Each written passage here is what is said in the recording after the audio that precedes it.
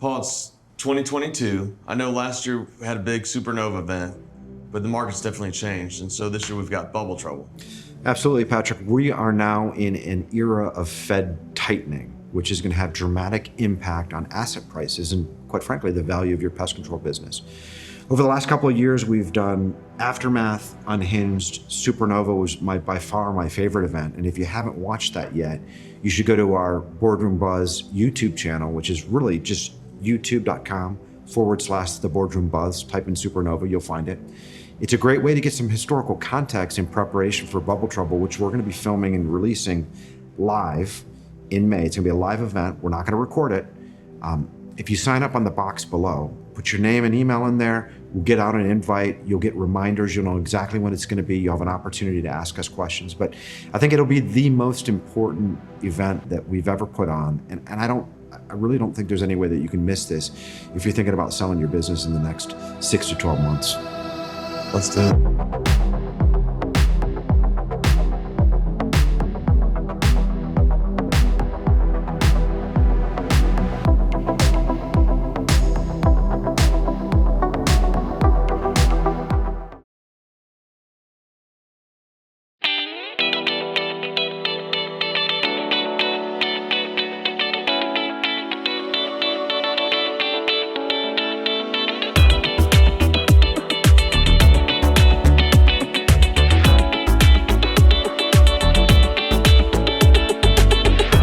Paul, you welcome me to San Juan, and today I want to welcome Byron Gifford with us. Thank you. Welcome, yeah, Byron. Great to be here. It's been fun. Thanks for having us. Well, welcome to the San Juan Boardroom.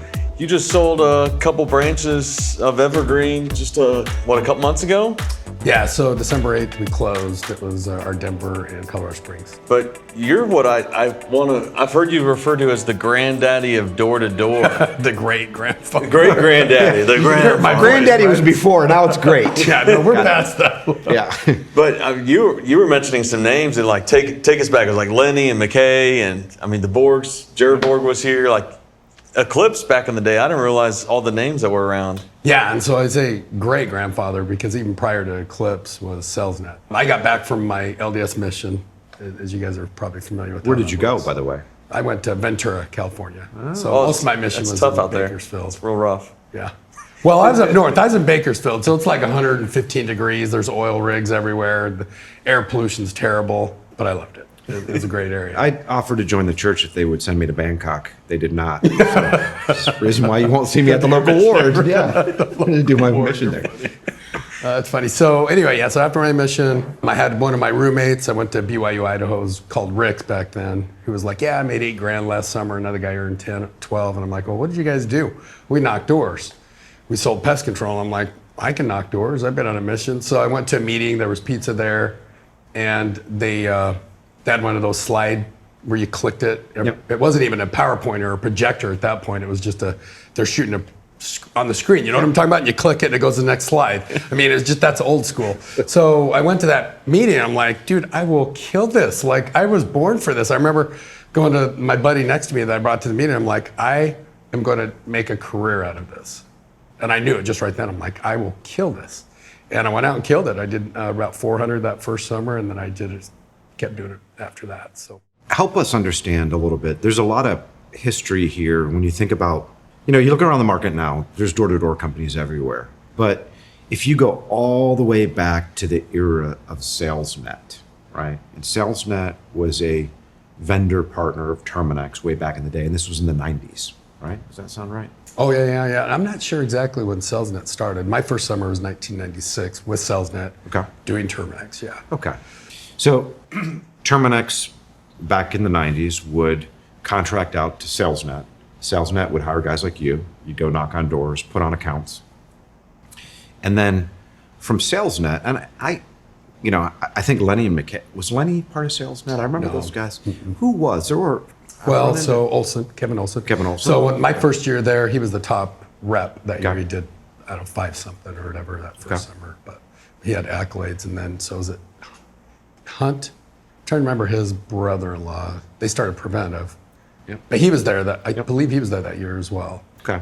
So, but I mean, that was long enough ago to where a lot of the people in the industry didn't really come from SalesNet. So So I sold in 1996, 1997. And back then there wasn't direct deposits, right? Yeah. For checks Yeah. and payments. I remember going to the mailbox to get my check that I was supposed to get from SalesNet because I had sold all summer. I did over 500 accounts that summer, 521 accounts.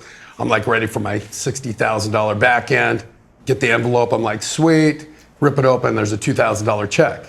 I'm like, what the is going on? That point, so they were going through bankruptcy. I called Scott Harmon and talked to him. He's like, yep, I filed whatever chapter, blah, blah, blah. So that was it. A lot of guys like you got stiffed. Oh yeah, we all got stiffed. So I made a commitment my second year selling because I did 400 my first year. I'm like, I'm gonna up my game.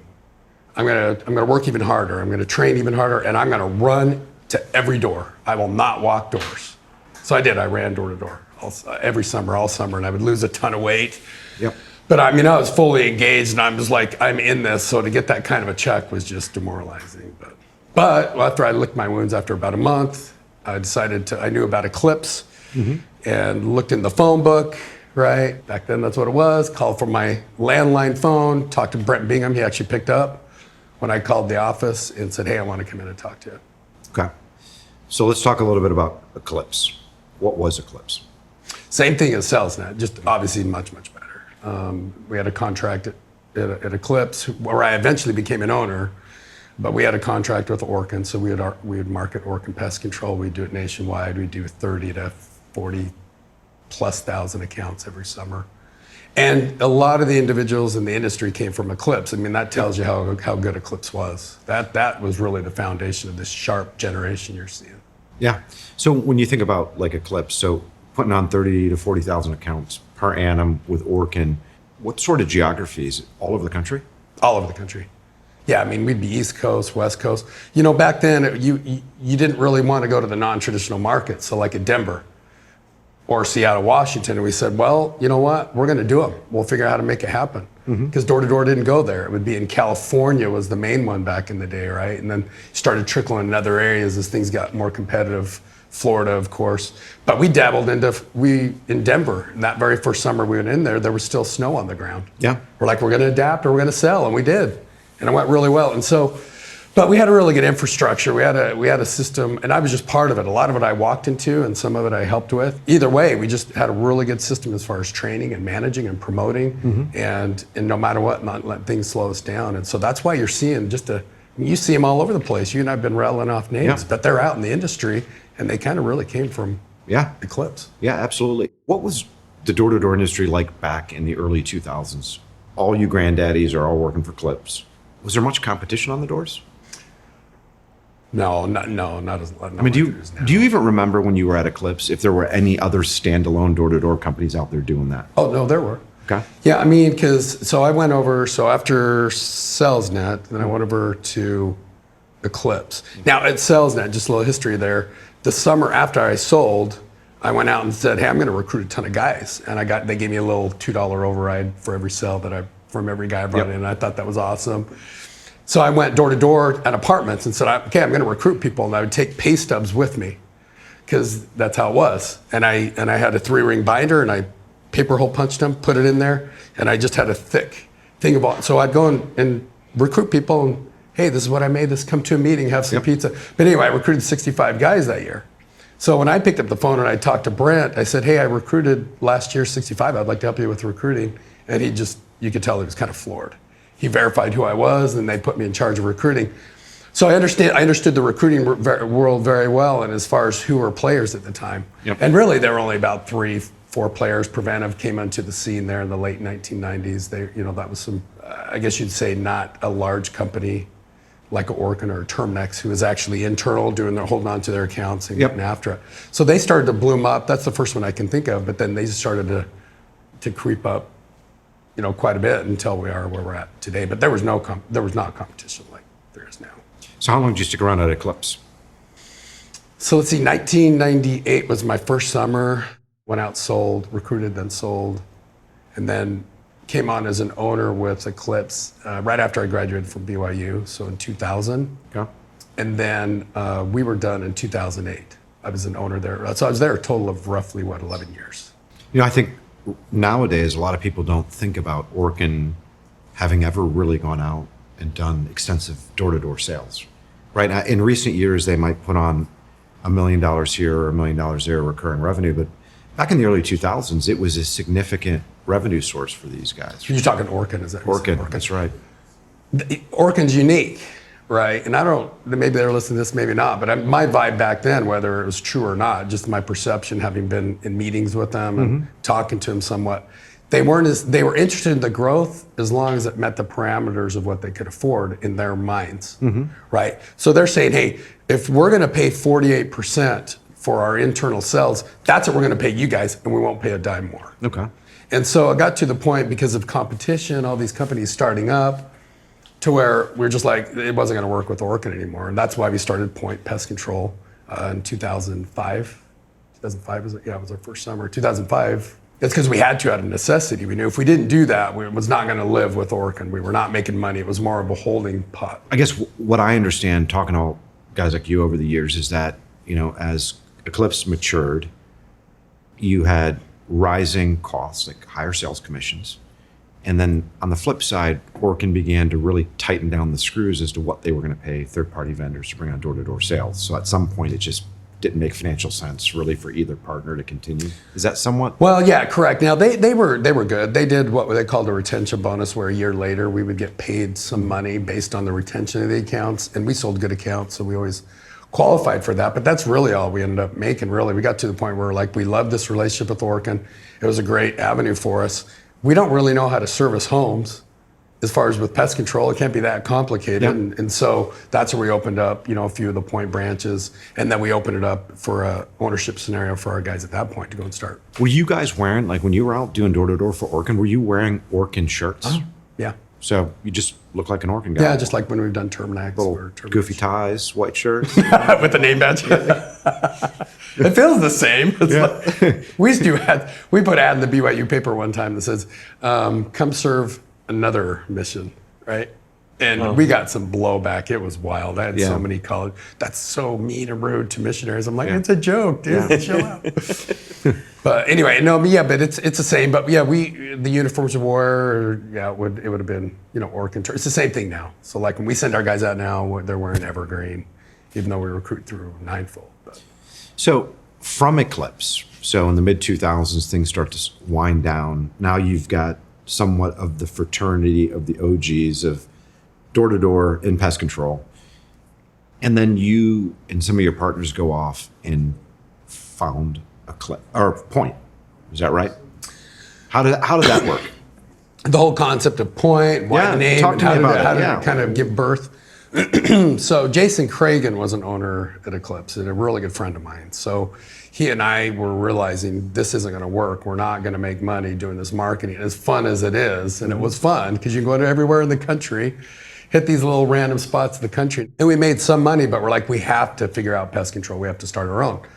So we finally convinced Brent and Miles to start a pest control. So Cragen and I kept coming around with names, which we call it. We narrowed it down to 2 different names, Meridian Pest Control or Pointe.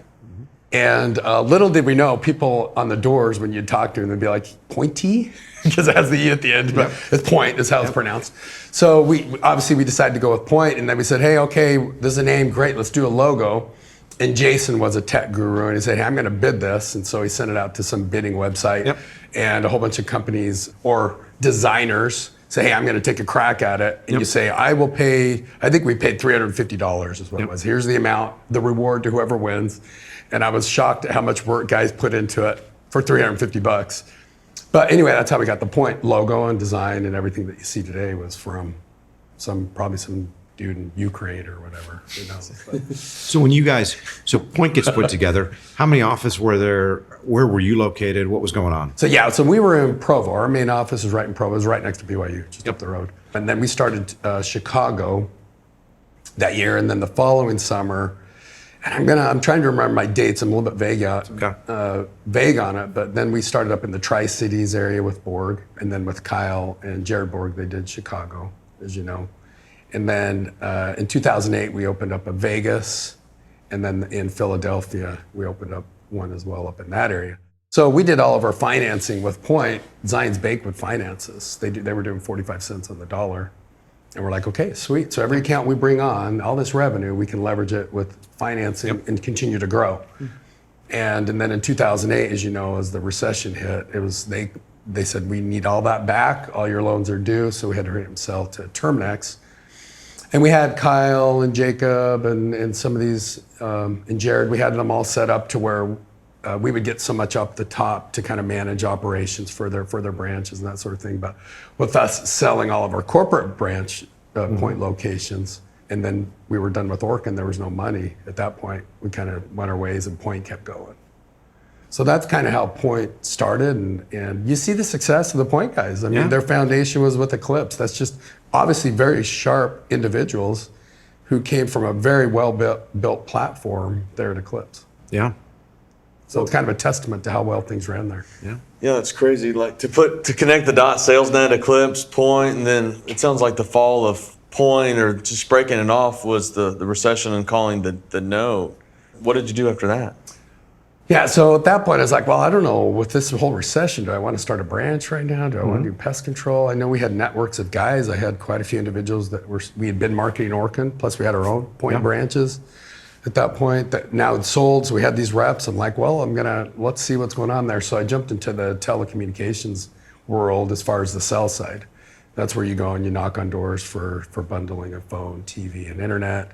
And it was actually very good for a short amount of time because you get a list of customers and you'd see what they have and then you could rebundle them and give them a better rate. So I was recruiting not outside of Wasatch, area, and they're in Utah, where a lot of the hub for recruiting is. We were actually going out to areas where AT&T was at, where Verizon was at. So we were selling these bundles. Frontier Communications was another one.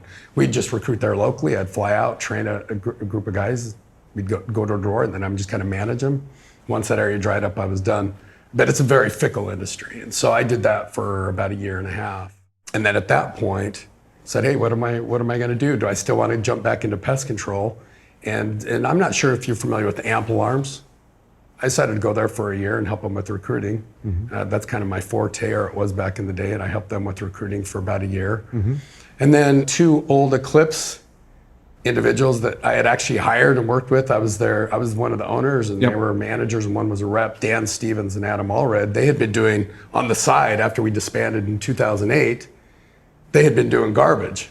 Adam went off with Dan, and they did garbage, which is a whole separate unique, weird industry. But I called them up in 2011 and said, hey, we need to partner up. We need to do pest control, and we need to get after this. And so they sold their garbage company out in Philadelphia. They moved back to Utah, and then we started at that point. We started working together, ramping up and getting going. So, but I mean, after 2008, it was crazy. We had to sell our Pointe branches. We made a little bit of money, but not much. And because of the direction I went, I lost all my networks of guys and all these sharp individuals that you hear about, and I had to start from scratch. And it was crazy coming back into the industry. So was that Evergreen was born in 2011? Yeah, so when we got together, we actually worked with Terminex. We did some marketing with Terminex just to raise some capital. And so I was actually out there running doors. I'm like, I got to get after this again. I'm slapping down 100, 150 a month, paying my bills with that money, and we're saving some money to start some branches. And so we did the marketing for 2012, 2013, and then we started Seattle in 2014, and then Portland the very next year in 2015. So we had those 2 branches. We've sold them since, but that's kind of where we started, and those were both, in Seattle it was Evergreen, and in Portland it was Greenway. So you've been knocking doors. Well, in the past, you were the one on the doors, like knocking doors. Have you ever not knocked doors? Have you ever been out of door to door? No, I mean, I don't do it now. Right. I really oversee our whole company to some degree. I really focus on the operations, and I help on the sales side because that's where I'm born from, and that's what I understand very, very well, and I'm good at it. In particular, the recruiting side. And so I oversee all of our company. There's no time. So when we were ramping up, I was flying everywhere. I'm knocking doors, I'm training, I'm going crazy, loving it, by the way. Like I was just eating it up, having a good old time. And then just realized, hey, I can't continue at this pace and still manage the business. So I just decided to come back to Utah, not travel anymore. I live in Utah, but just stay there and not travel, and really focus on the nuts and bolts of the company and how we can operate things much, much more efficiently and be better. And so once I did that, it was amazing. Our numbers started just going nuts crazy. I mean, just awesome within our branches, our Evergreen, Greenway, and Greenlight branches, to where things were running much more efficient. We were making a lot more money. And I'm like, hey, I can do this without knocking and going crazy doing all this stuff. Yeah. This is awesome. You probably have the managers calling saying, don't let Byron come to the branch. Keep him in Utah. Where numbers are good. We talked about this yesterday. I guess at some point you had a car accident. Like, there's a physical thing here, right? Like you had a car accident. You had Lyme disease from knocking doors? Yeah. I'm guessing it wasn't drinky, swervy. Too much Diet Coke. It was Lyme disease. Lyme disease. No, so 2014, so we do trash as well, marketing on the side, which is, not a lot of people know about. But we had a contract with a trash company, Winters Brothers, up in Connecticut. So this is in Danbury, Connecticut. So I'm knocking doors with a rep, just doing some training. For waste management. Exactly. They're called Winters Brothers. It's a garbage company. We contracted with them to sell them trash services to homeowners. Okay. It's a unique, weird little niche that we're in. So I'm training this rep, and I run doors, right? That's what I train my guys to do. I'm like, I'm going to run. Here I am, like 40 years old, and they're probably like, who's this goofball running doors? So anyway, I'm running doors. I'm going crazy, loving it. And I got this rep following me that I'm training. I get this thought, don't cross this yard. There's ticks. And so I'm like, I'm saving time. We're knocking doors. And so I crossed through the yard. And then after that trip, about a week later, I found out I had a tick, and it was burrowed right here in my leg. And so I got Lyme disease from that. So just the Lyme disease and all the complications that come from that, I just out of curiosity, what sort of complications come from Lyme disease? Well, what I do know, in chatting with the doctors, it attacks where your body's weak. It's a very, very, it's a terrible disease. There's no question about it. It's just terrible. But it says, okay, where's your body weak? And in my case, my joints were apparently getting beat up pretty good just from everything I'd been doing, my traveling and running doors for as long as I had. And so it really attacked my spine and all my joints. I remember after that trip, I got a fever, and I'm like, okay. I saw the tick, and I'm like, okay, I got to go to the doctor. So I went to the doctor. I said, run some tests. Did you get to have that little ring around? I didn't get the ring. I didn't get the ring. So I'm like, oh, maybe I'm okay. But I did get fever, and I wasn't feeling so good. Went to the doctor. He said, let's run some tests. We ran it twice and came back negative. So I'm like, oh, okay, awesome. I'm good. Okay. And so I'm still trying to go, crazy with work, and I'm traveling. But I'm like, I'm in an immense amount of pain. My joints are swelling up. This would just, my elbow, this elbow would get to the size of a softball.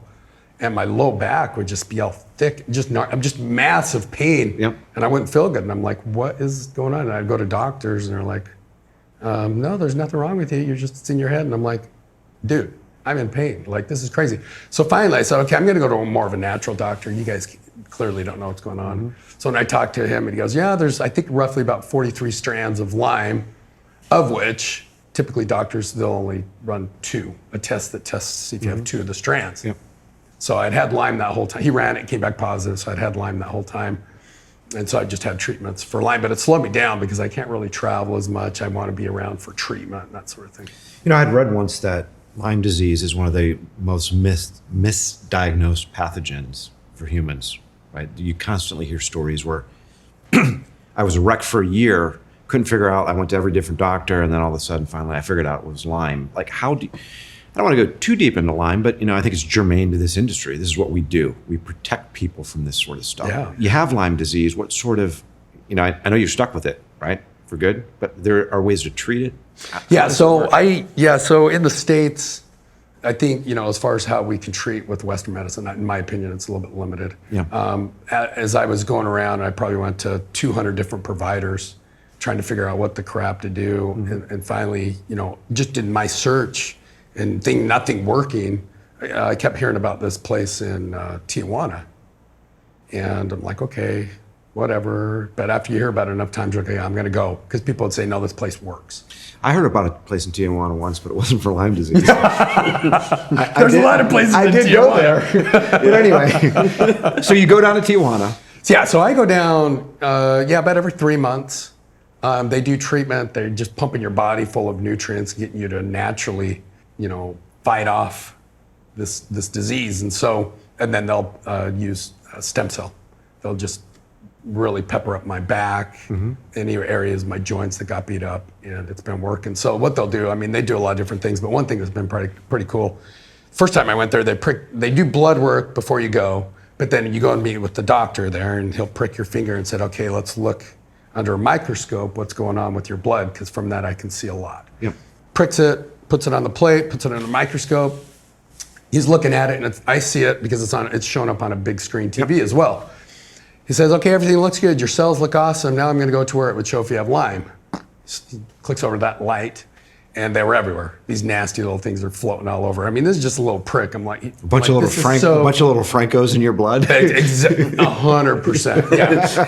Yes. Annoying you guys. Yeah, it was rough, man. I'm like, okay, we got it. This is gross. These are in me. That was the first time. Did a whole week treatment. Came back 3 months later, pricked it, and it went down. There was some floating around, swimming. They're feeding on my cells. It's just gross. And I looked at it, and I'm like, oh, sweet. Okay, there's about half.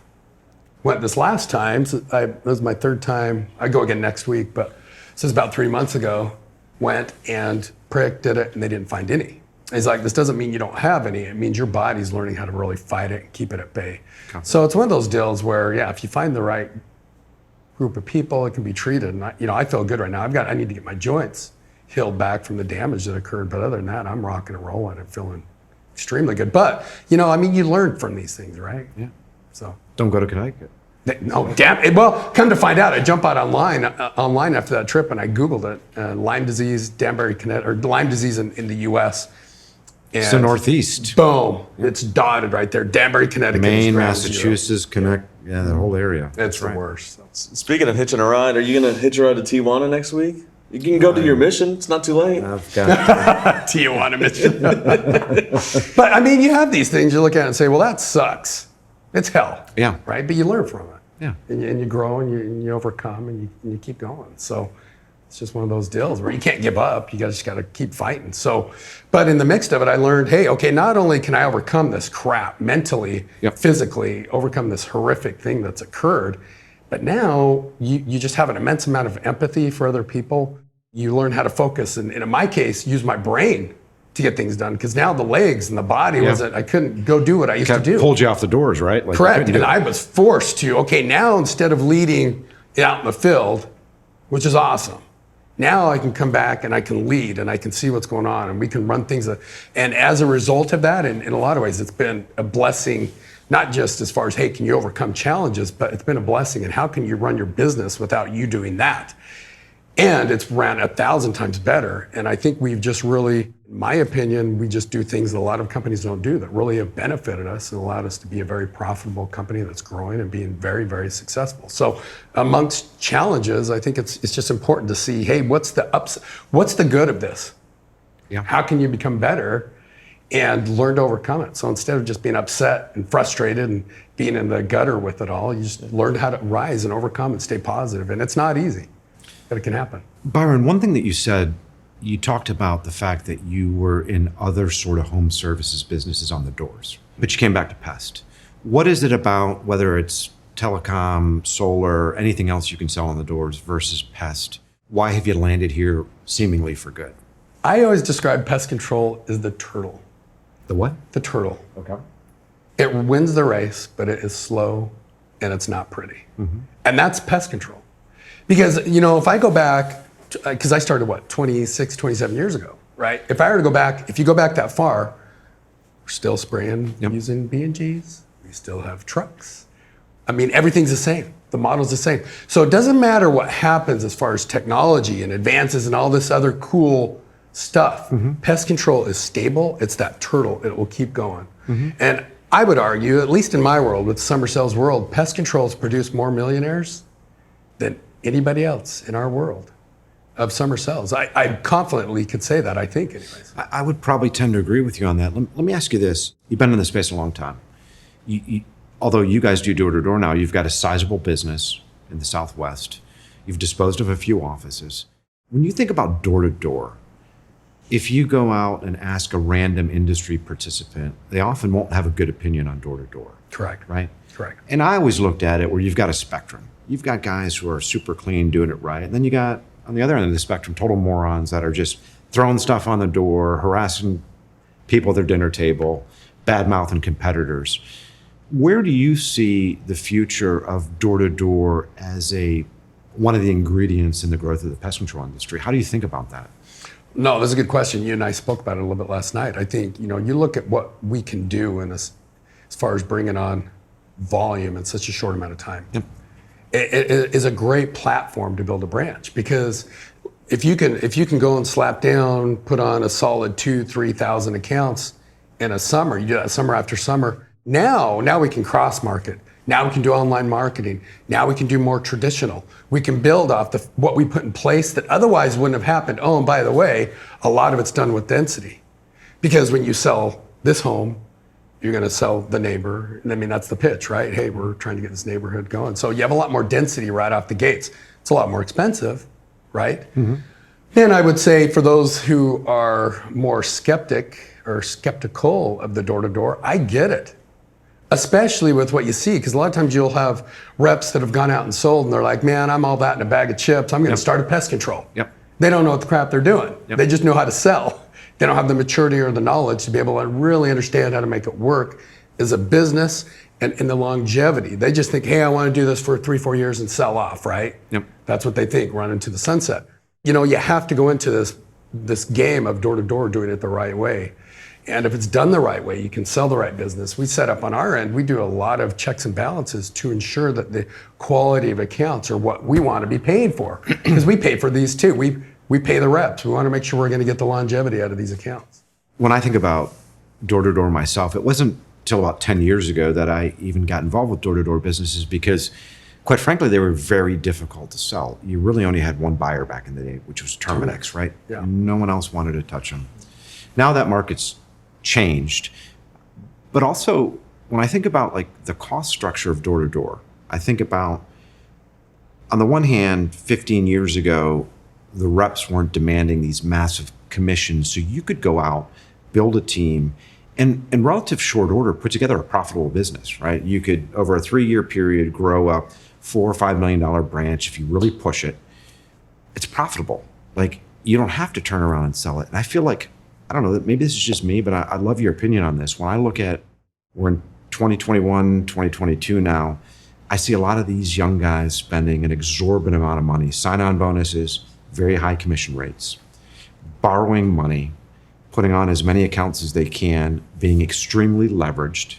And we've seen over the last 2 years a lot of these so-called busts, right? We've seen these guys get too levered and run into problems and need bailouts. How do you think about the economics of door-to-door now versus 15 years ago? I mean, is it something that you would advise other folks to explore, or is it just one of those things where right now it's just, does it make economic sense? Does it or it doesn't? Does it? That's a question. Yeah, I mean, we're proof of that. Okay. Right? I mean, we're making really good money.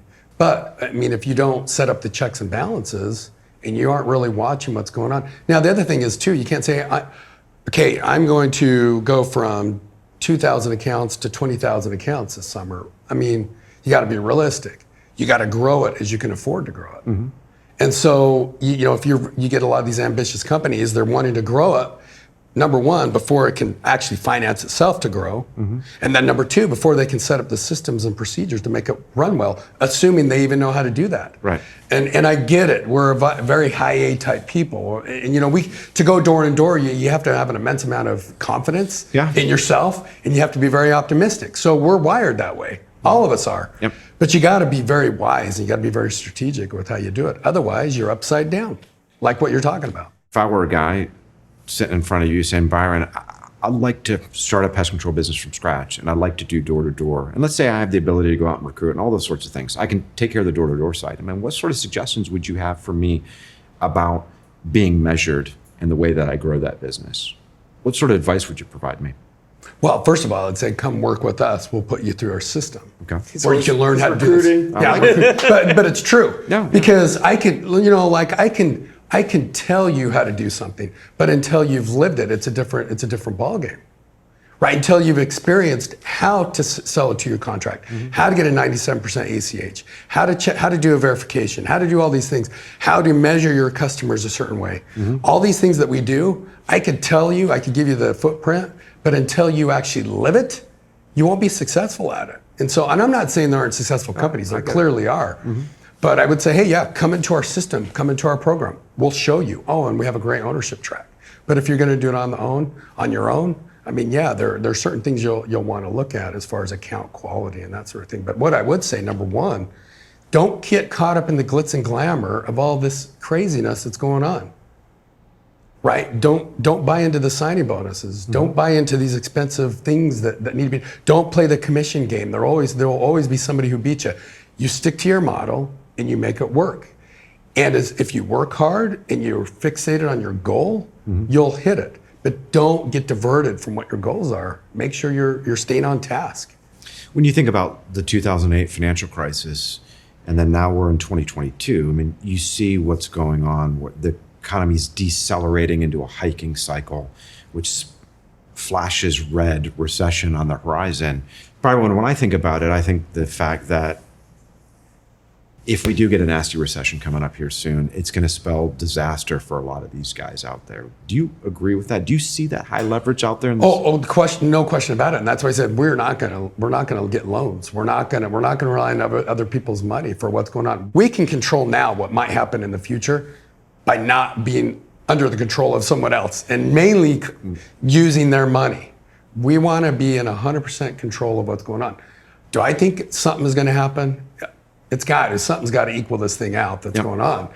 How bad? Who knows? But one thing I know is I'm not stressing it now because we're not doing what I just explained and what we just talked about. And that is leveraging ourselves beyond the ability to be in control. And is it that 2008 experience kept you from? 100%. I got PTSD from that thing. I'm like, listen, I never want to be in this situation again. Yep. It cost me a very good network of very sharp people, of which you and I have talked about, and the ability to grow something very, very, very big. So I'm going to learn from that. I'm going to not make this mistake again. And that's the cool thing about life. But that's why I think it's important for people to actually, an individual goes and they're successful from beginning to end and they don't have hard times. They don't experience tough things. It's awesome. Great. You did it the right way. But when somebody has experienced tough things like what I've gone through, I think they're a lot stronger. I think they really learn. There's a different mindset as you do things and a different hunger than otherwise. And so that's how I've attacked it this go around, of which, we're not relying on Zion's Bank or anybody. Well, I think about it because we have a whole generation of business owners out there that have never actually experienced what guys like you and I have gone through with these financial crises and the dot-com busts. And, when I look across the spectrum, I see you grandaddies, you got Kyle Woodbury, Jacob and Jared Borg, and the list goes on. All these guys are very judicious with their use of leverage. None of them are they don't care about being the biggest. They're actually focused on bringing on quality accounts, self-financing this like you guys are, and being very delevered in case we run into a difficult situation. The young guys, the guys who are like 35 and younger, those are the guys with tons of sub debt, tons of senior debt, borrowed from their grandfather, borrowed from their wife's father. And it's a concerning situation considering I think we're heading that way rapidly, but that's neither here nor there. Patrick? Well, one thing though, to add to that though, I mean, you think about it. If you've got all this money, regardless of where it came from, and you're younger, you haven't experienced what we talked about, what are you gonna do with that money? You're gonna spend it. Oh, I'll do a signing bonus. Look at what this will do. You start doing things you don't want to be doing. You're doing things that don't make sense because that money's there. And so that's what we always do. I always force, like anytime we have profits in our branch, I pay it out as soon as I can. I want to keep that bank account as close to zero as I possibly can because I want to stay hungry. I want to be on my game. I want to make sure we're collecting the revenue we're supposed to collect. We're servicing the homes we're supposed to do. I want to make sure we're not being crazy with what we're spending to get reps and to do the program. It keeps you hungry. And so that's why I think it's just important mindset. For me to be in the game, I can't see all this money. And if you're getting all these loans and doing this crazy stuff, I think it gives you the wrong mindset as well as it's a wrong model, in my opinion, with what we just talked about. 100%. Yeah. Speaking of the change, like of recruiting, I'm laughing as you're talking about the old slideshow. I can see it. I don't remember what it's called. You're recruiting with pizza. Yep. Now what is recruiting like over the years? What does recruiting look like? You're having to compete with solar, like right? Everyone's Solar's like a big one. right. They're writing sign-on bonuses and lots of money there. So, I mean, how are you competing in the recruiting game? You know what? Well, we go to schools. We'll go on campus, and we have a nice, effective, proven way of recruiting really well on college campuses, up and down Wasatch Front, but outside of that as well. We go to a whole bunch of different other schools, and we get some sharp students. But we'll invite them to a meeting. We do have a presentation. It's not obviously a slide presentation anymore. It's not even a PowerPoint. We use a different one, but. Do you bring like a bunch of girls? Or that's not how it works. No, well, we probably should. Huh? That'd be nice. There you go, Byron. No, it's just us ugly guys there. We're recruited and it works. So I don't know how you do it. But I mean, we'll get 100, 150 sometimes that show up to a meeting that we'll have pizza. We give them a little bit of cash to bring people. And then we'll sit down, we'll have 20, 30, 40 interviews afterward, and we'll hire pretty well off, and then we'll network off those guys. Yep. You know, I've just learned I'm not going to work from the scarcity mindset, and I'm not going to work from the standpoint of I'm worrying about what they're doing. I'm going to focus on what we do. I'm going to make sure we're competitive, but I'm not going to get caught up in all this other stuff. Yep. And that's how we've been very successful. We got sharp people, of which you've spoken with some of them, Nick, and there's Zach. I mean, I could go to Adam, my business partner, is phenomenal. I've surrounded myself with just amazing people that they complement my weaknesses, and their weaknesses I complement. So as a result of that, it works really well. But as far as recruiting, we do our thing. We make sure we look sharp. We make sure we're doing all these things, but we don't get into the signing bonus game. We don't play a lot of these things that. And the interesting thing is, in our world, summer sales has a unique little vibe, you know. Or oh, you're a summer sales guy. You're one of those guys. Yep. Where they're cocky, arrogant, and that's kind of a thing. And you've probably seen that as you met with some of them. You can probably tell we're not that way. And a lot of people resonate with our messaging and what we have, and they're attracted to it. And those are the individuals we're looking for. And those that like the glitz and glamour, they're usually attracted to those companies, and it's cool. Go work for them. And we do really well with what we have. But it's very important to stay within your business model and your core principles along the way. As you think about maybe the next 5 years, where are you and your team taking this business? Well, in the next 5 years, the top 20 largest in the nation. If you got 7 years, we'll be in the top 12. That's our plan as far as revenue. You're going to do this all internally financed. All internally financed. I'm wondering that there might be some secret sauce to recruiting. I didn't mean to like crack that open, right? But when it comes to the personalities of not the people that you're recruiting, but if you look across the old Eclipse guys, right? Y'all had a certain mentality and certain way of doing things. Like you learned from your mistakes over the years and through the experiences. What would you say to the younger guys that have knocked a couple summers? They're early on the doors, like they've just started their door-to-door business. Maybe they're going to the bank to get a loan. Like, what wisdom would you give to them? As far as if they're going to start a business or they want to stay in the industry? I mean, if they want to survive and be around for more than a couple more summers. As far as knocking doors and whatever else. But I think you have to find your why in life, don't you? I mean, whatever you do. Yeah. If you're doing it for money, then... I mean, money's a decent why, don't get me wrong, but money comes and goes. It's a piece of paper. We're seeing the inflation. So when you die, you don't take it with you, right? And so I think people have to find their why. When I was knocking, I was like, okay, I grew up very poor. And I said, okay, as I'm running doors, I remember running doors in Albuquerque my second summer. The summer I didn't get paid. And I just, back then we didn't have cell phones. So I'd write, okay, here's what I'm going to sell today on the back of a flyer that I'd leave on the door. If I do that, and it is. So I was just completely consumed by it. Why? Because I didn't want to be poor. I wanted to create a life for me and for my family. And not that money's everything. And now I'm looking at it saying, okay, so that's what I'd say. What's your why? I know for me now, personally, my why is I want to be able to help people with this. Not only can we create jobs and opportunities, but as we make more money and we have wealth, what can I do to better other people? And how can I use that? And so for me, that's my why. That's why I wake up early every morning to go to work, to do what I do. This is a venue to do that. Pest control for me is just a great venue to be able to provide an opportunity to help others. And I love it, and it's awesome. And that came as a result of getting Lyme disease. I'm like, okay, I want to help people because whether it's Lyme or whether it's human trafficking, whatever, I just want to help.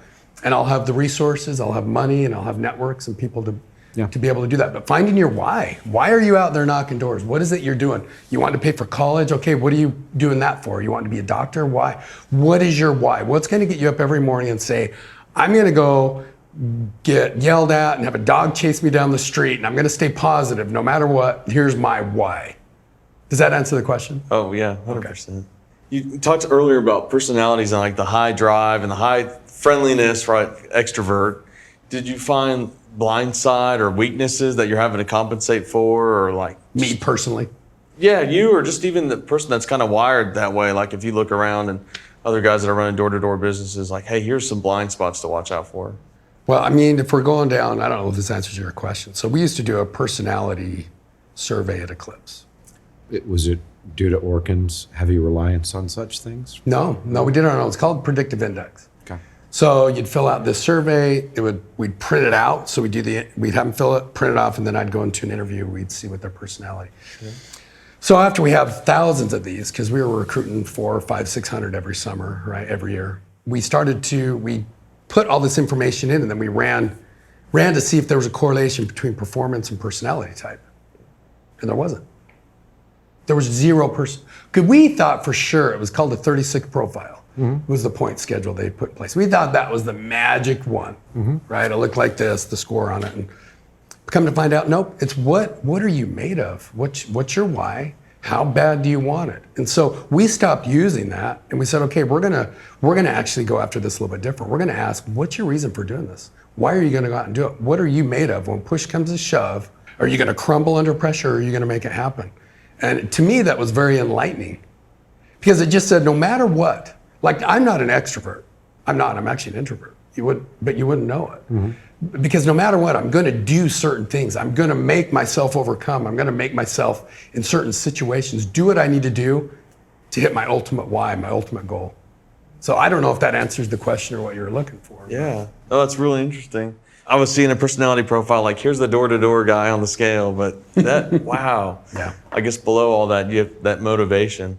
Byron, after decades in this space, you guys have been very successful. What would you say is one of the most important factors in your success and the success of your team? Not giving up, right? I mean, there's been many times where you could look at it and say, oh, this is too painful. I think you have to just say to yourself, no matter what, I am going to overcome whatever comes my way, right? And I'm going to smile the whole time, regardless of the pain, regardless of what's going on. And I will adapt.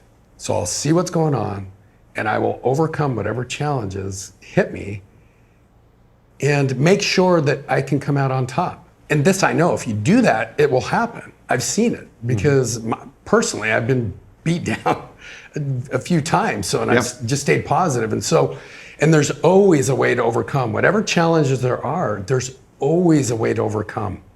It is 100% in your mind. I really believe that. I believe that our minds can allow us to push through so much and overcome so much. You just have to do it. You just have to make it happen. How do you do it? You know, you wake up in some very dark hours, right? Businesses go bust. You've got all sorts of issues. I mean, it's easy for people to say you just got to overcome, but how do you really do it? Like how is it that you wake up in the morning and say, fuck it, I'm just going to do this today? That's what you say. Maybe not you. Yeah, I was like, he doesn't. In my mind, I do. Hey, there's a problem. Forget it, I'm going. We're going to make this happen. I'll say a prayer. I'll call for my higher source of power, and then I will make it happen. And so, I started really about probably 2 years ago. I really started diving into more self-motivation and diving into that world. And so I follow a regimen of that. But one thing is when I'm working out, I have a list of things that I listen to that are very motivating to me, very uplifting, to where the whole time it has got me in a scenario where I'm thinking of every issue that's going on that I need to overcome. And in my mind, I'm playing through how to overcome it. So instead of thinking, hey, this is here, it's beating me down, I can't do it. The whole time I'm thinking, yes, I can overdo it. Yes, here are the resources I have. Yes, there's a way through this. You got to smile and stay positive, and it will work out. And as I'm doing that, and as I go through that process, it's amazing. You think of the resources, the people you have, what you need to do to overcome certain things. That's why I say I know from experience, there is always a way to overcome. So whatever issues you have going on in your company, whatever you've done to put yourself in that position, there's a way to overcome that and to improve as a person and to overcome your business. And I believe in a lot of ways it goes hand in hand, quite frankly. You know, I think about like self-motivation and all those sorts of things. Part of me thinks that certain times there are things that you should actually just give up on because you're not doing the right thing, right? You're putting all this effort in just the wrong area. Have you ever experienced anything like that where you've just said, you know what, I'm not me overcoming that is completely not doing it and doing something else? Yeah, kind of a sunk cost, right? Yes. Yeah. Where you're like, it's better for me to dedicate my resources elsewhere. Correct. Well, I mean, yeah, my 2 years of trying other things in the door-to-door realm and trying maybe a real job, you know, I realized A real job? Yeah, because people make fun of what I do now. Is that a real job? You really? that a Yeah, thing it you do? is. I mean, it is. I know it's a little different, but no. Yeah, you look at it and say, you know, this is not a scenario that is good for me. As hard as I try, this is not a scenario where I feel good about being in. Yep. You know, I'm talking about being in a situation where you feel good about being in. You know this is the direction you're supposed to go. Okay, there are going to be challenges. And if there aren't, that's not a good thing, Yeah. right? There's going to be challenges, or else you're not pushing the limit. You're not trying to experience new things. You're not trying to increase your revenue or find ways to grow your company or try new things. And so that's what I'm talking about is, you know, once you're in the scenario you want to be in and you feel good about, there's going to be challenges, but you got to overcome them. Yeah. You have to. And as a person, I believe you have to have the personality to overcome in order to overcome whatever it is issue you're having in your business and in your life. So it's all about you as a person. Well, you've done it, and we appreciate you joining us here today Yeah, in Puerto thank Rico. It's been great to have you here. Yeah, thanks for Awesome having meeting your wife. Thanks for bringing her down. Yeah, no, she's great. Jen is awesome. She's loving it too, by the way. That's Thank great. you.